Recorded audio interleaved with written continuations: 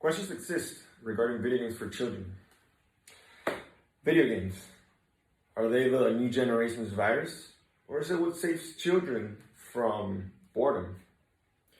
Whatever it is, anyone that has played video games in the past, regardless if it was Pac-Man, Mario, Wii, Game Boy, or PS4, everybody has played video games shares something in common. We all had that one level that was impossible to beat. You just couldn't get that level. You would leave your game for a couple days and then come back to it and try to beat it again. But once you beat that level, the gratitude and satisfaction was the best you've ever had. However, we don't always win, and this might trigger some aggressive responses from time to time, especially in children.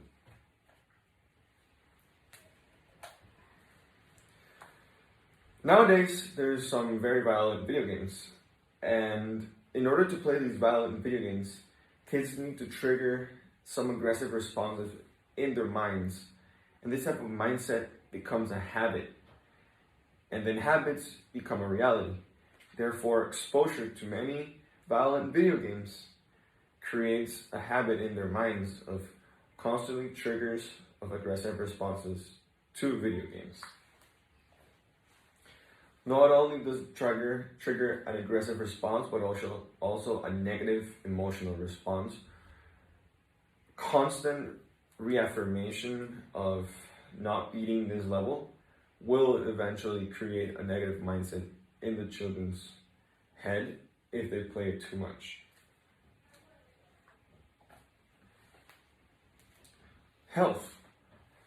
Now you might think, wait, video games are completely bad for your health. Well, actually, not in its entirety. Video games are not all that bad. Even though it's true, many people that play video games spend thousands of hours in the same position, and we can consider them couch potatoes.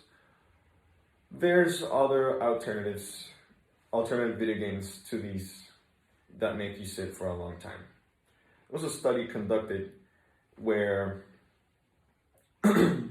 basically what they did is they created this simulated video game that combined exercise, which as you can see here, is an interactive indoor cycling virtual reality game.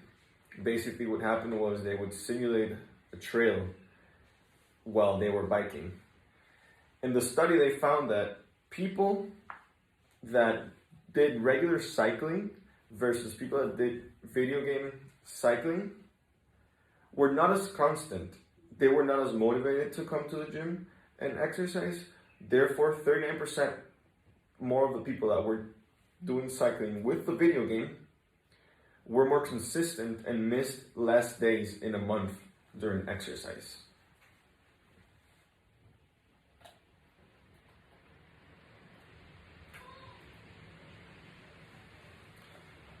Now we have family relationships.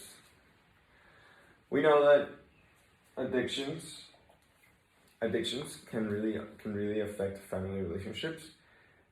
In this new era we live, technology can be considered an addiction. There is an addiction to video games. There is an addiction to phones, to internet, to computers, and addictions cause family trouble, family relationships to be broken.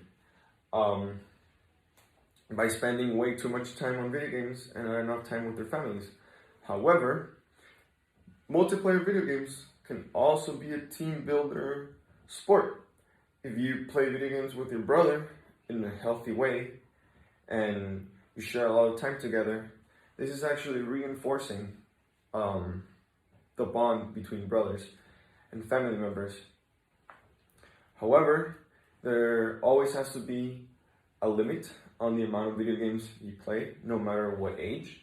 Especially children, because children are more prone to get addicted to these type of things, since video games are developed with the intent of making them catchy, so you want to play them more. So always make sure that there's restrictions on video game usage. questions exist regarding video game for children. Thank you.